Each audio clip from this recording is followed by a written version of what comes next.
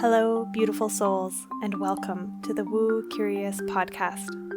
Your map to the mystical, your key to the sacred, and your guide back home to yourself. I'm Eileen, a writer, a spiritual coach, energy healer, and slow living witch. This podcast is your invitation to explore a world where the mundane and the sacred intertwine. It's a haven for those ready to take the first steps into the realms of magic and mystery, providing a safe space for you to embark on your own enchanted journey towards healing and self-discovery. Here, I'll unveil the whispers of the mystical, the rituals often hidden in plain sight, and I'll engage in sacred conversation intended to stir your soul and lead you back into your power. I'm all about demystifying woo and witchcraft.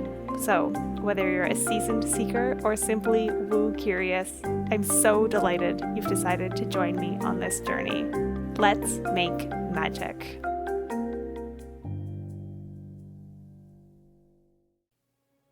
Hey Woo Crew, before we drop into today's episode, I just wanted to come on here and remind you that we are live with Root. Root is a 5-day guided journey to reconnect with the parts of yourself that remember who you truly are and who you came here to be. Every day I'll be doing a little bit of teaching and then dropping you into powerful guided journey work so that you can step towards living from a place of worthiness. You'll learn how to tap into your intuition and trust its wisdom, strengthening the most important relationship you have in this life, the one with yourself. You'll walk away from this week with the confidence to live your truths, assert your needs, and claim your desires from an innate sense of worthiness and self-love. My darling, it is time for you to root into your power, into your authenticity, and into your worth. Did I mention it's free? Sign up now at the link in the show notes and come step into your worth with me. Hello, Woo Crew, and welcome back to another episode of the Woo Curious podcast. I am your host, Eileen, and I'm here today with a solo episode all about the Autumn Equinox. If you're listening to this the day that it is released, then the equinox is actually a full week away. It's arriving on Monday, the 22nd of September this year, and I'll be celebrating it in ceremony with some of you, I hope many of you, on the 19th, the Friday evening. We're going to gather together both online and in person. These events are always hybrid to make them accessible for everyone, to honor the turning of the wheel, to learn a little bit more about the history and tradition, though I am going to share some of that with you here today, and to drop into sacred ceremony and give ourselves the time and the space to reflect on what has come before, what has passed us by, reflect on the seeds we planted back in the spring that we are now harvesting, to release what is no longer serving, the way that the trees release their leaves to the ground, to be composted, and to serve as fertile soil for the seeds that we will be planting that will come through the earth in spring, as it were. So the autumn equinox, the linguistics of this, or the word equinox, comes from the Latin meaning equal. Equal night is actually the translation of equinox. And so what it's referring to is this moment in the year, and there are two of them, where the night is equal to the day. The hours of daylight and the hours of darkness are equal. And so it's a tipping point, it's a balance point, it's a moment of pause before we shift into the lengthening nights and we move towards the dark half of the year. You might hear me speak to the light half and the dark half of the year sometimes, and that's a reference to the way that the Celts viewed the cycle of the wheel of the year, the time, cyclical nature of time. There was a dark half, which was winter, and a light half, which was summer. And you'll hear me speak to spring, summer, autumn, winter, but kind of the way that those seasons of spring and autumn were understood by our ancestors was more of this liminal transitional phase. And so the dark season, the dark half of the year, actually begins at sundown on Samhain, October 31st, and we move into winter. And that is the beginning of the season of winter, the way that I speak about it, and for our ancestors as well in those Celtic communities. The equinox, the fall equinox or the autumn equinox that we are currently approaching and nearly at, is the apex of autumn. Although in our current calendar system, the way that we mark the seasons in time, we think about it as the first day of autumn, it's really not. And I'm sure there are lots of places in the world where that it does still feel like summer or just turning towards autumn now, leaves just starting to turn. But I love that the part of the world I live in, I really do start to notice those hints of autumn right back at August 1st, at the beginning of Lughnasadh, which is the season of autumn in the Celtic Wheel of the Year. So this moment for me and for many people, this point of balance between the dark and the light as we move towards winter really does feel like the middle of fall. The leaves are well and truly falling where I am. They have been doing so for a while now. And really what I've noticed this year especially is just that shifting of the light, right? It's been golden hour early in the evening, and it's so beautiful as the sun is lower in the sky. We get this gorgeous golden glow happening. And this sense of, okay, it's time to slow down. It's time to turn inwards. There's a bit of a push-pull, and I was actually speaking with somebody recently about this sensation that we get, where we think about August as like, no, it's still summer and I must do all the summer activities. And I think that really comes from the school year and the way that we are raised. We've got July and August off. That is summer. But a lot of August often feels like this, like frenzied, trying to grasp something that is slipping away. The energies are shifting. There is a natural pull to go inwards. There's a natural pull around this time of the year as well, September, Virgo season, to start to clean and clear the insides of our homes as we prepare to go inwards for the rest of the year, right? For the long dark of winter, we spend a lot more time indoors in our homes.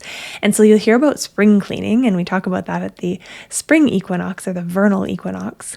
But I also really believe in autumn cleaning or fall cleaning. And that's something, one of the ways that we can honor and celebrate and recognize this point in the calendar in the Wheel of the Year.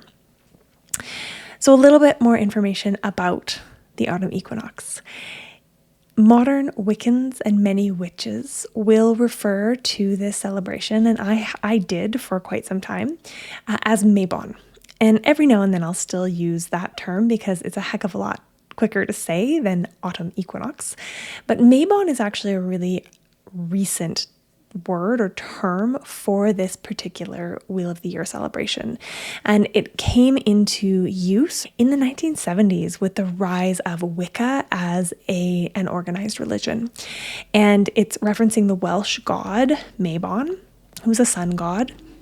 And so it wasn't just made up or pulled out of thin air, but it isn't ancient, and it's definitely not specifically Celtic. And so I have been moving towards using the term autumn equinox or fall equinox instead of Mabon to mark this particular turn of the wheel. And I'm starting to do that with a few of them. Yule, I really love the word Yule, and so I'll probably keep using it because it also is culturally significant to me. So many of our carols, our songs for that Christmas time, that I grew up very much in a household that celebrated Christmas, though not necessarily the religious affiliations of it, but we hear the word Yule in our carols, in our songs. And so that word really has a lot of resonance and significance for me personally, but it would have been called, and they may not even have called it such, they would recognize it as the longest night of the year.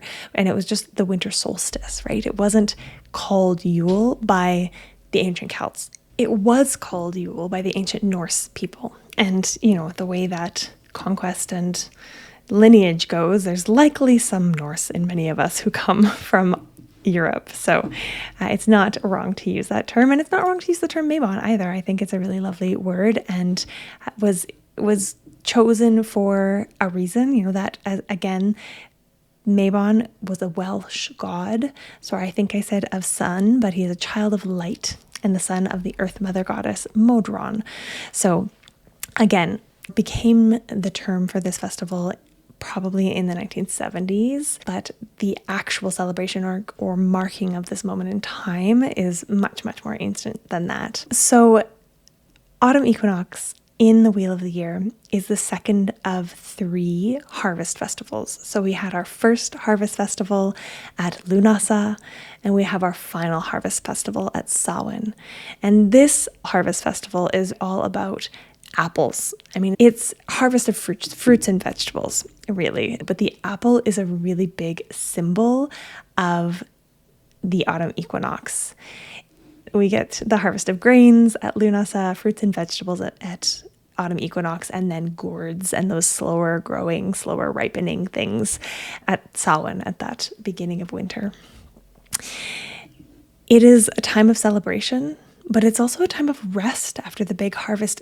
It's such a time of community. If we think about our ancestors, they would have been coming together to help bring in the harvest from each other's fields, right? Things don't ripen at the exact same time. And so maybe your neighbor, his field is ripening right now. And so everybody comes together and harvests all that food, all that abundance, processes it, gets it ready to store for the long winter. And then maybe next week it's your field and people would come together, right? The whole community would gather in order to make sure that they brought in the food, the abundance from the fields. And they would also work together to make sure that it was processed and stored in such a way that it could keep them through the long winter. And so this kind of theme or energy is really present with the autumn equinox. And we think about gathering with community, helping each other, that reciprocity piece. And it's not like a tit for tat, well, I did this for you, so you have to do this for me, but it benefits all, right?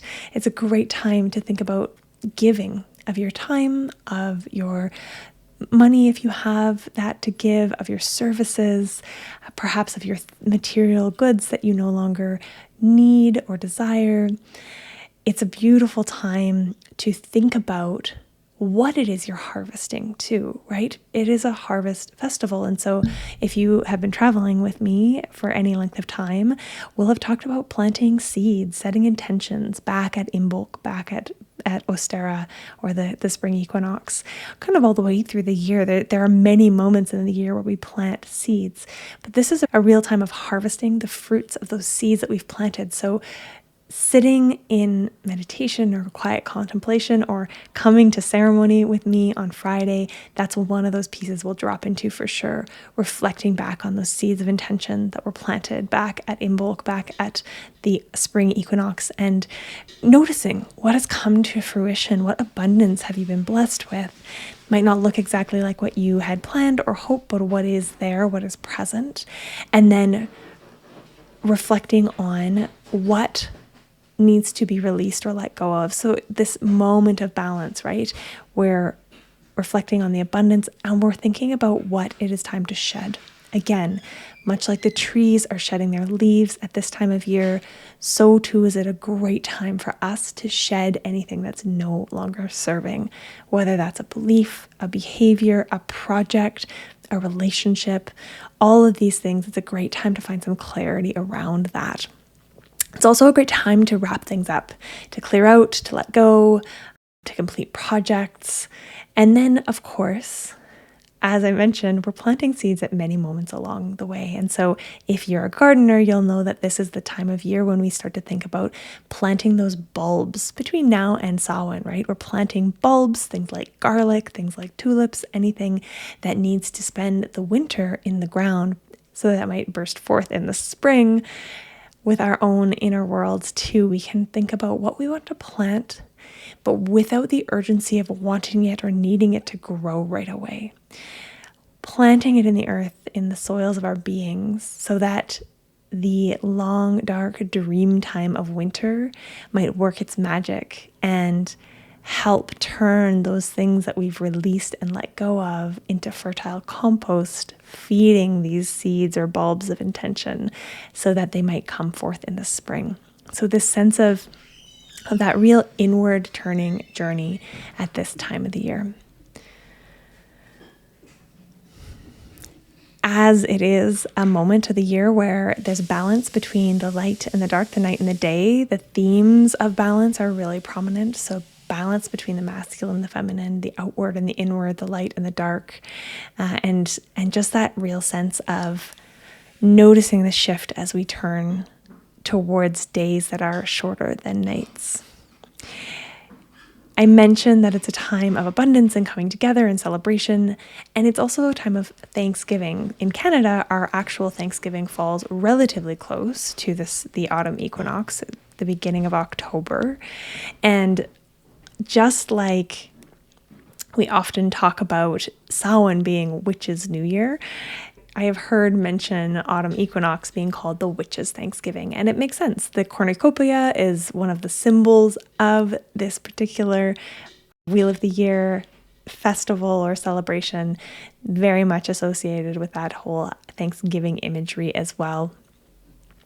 And so thinking about how that symbol, the cornucopia, the horn of plenty, which is both male in its phallic shape and female in its hollower receptiveness, can represent this moment or where you are at as well. Can you allow the energies of this moment to help you find and create balance in your own life? One last thing to leave you with before I wrap this episode is this idea of a sacred pause.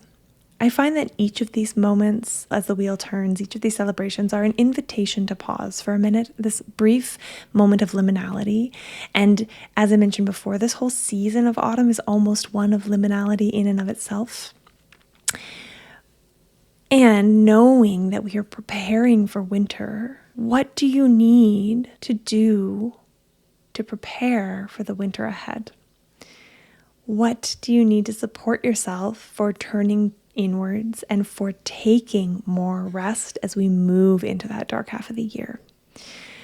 How can you support yourself to rest more and to be present to the emotion that this season can bring as well? I didn't mention it, but the element of water is associated with autumn, and it is the home of the emotional self. And so just being aware that this is a time when emotions might come up unexpectedly or more forcefully than you're used to. There is that sense of ending, right? We are in the menopause of the cycle. I'm so thankful to my dear friend Meg, who offered me this fourth part of womanhood.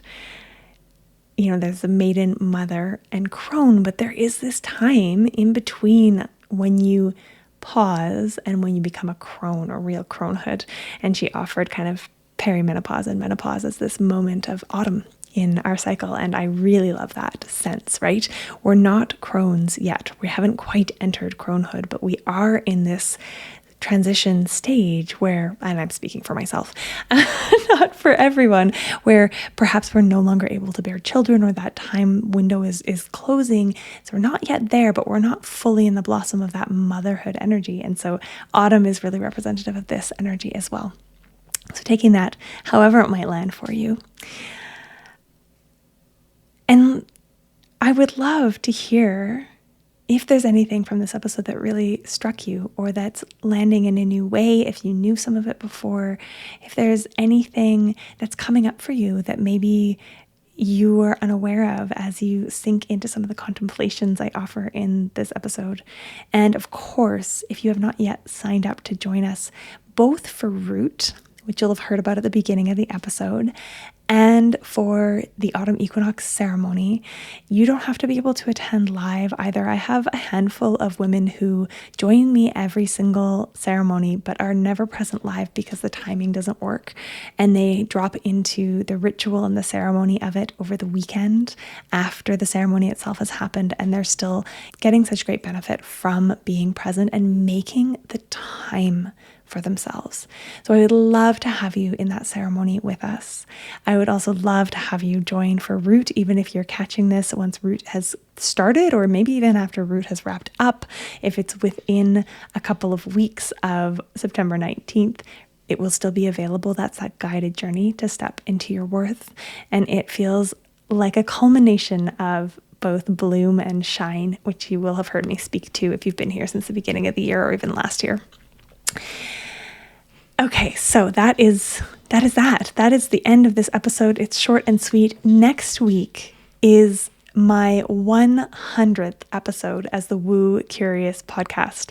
At the time of recording this, I don't know exactly what I'm going to do for it, but it feels pretty big and momentous. So I hope you'll come back and join me here this time next week. As always, if you enjoyed this episode, please leave a rating, a review, like, subscribe. If you're watching on YouTube, leave a comment. It helps ever so much. And of course, share this podcast with anyone that you think could use a little more woo in their lives. Bye for now.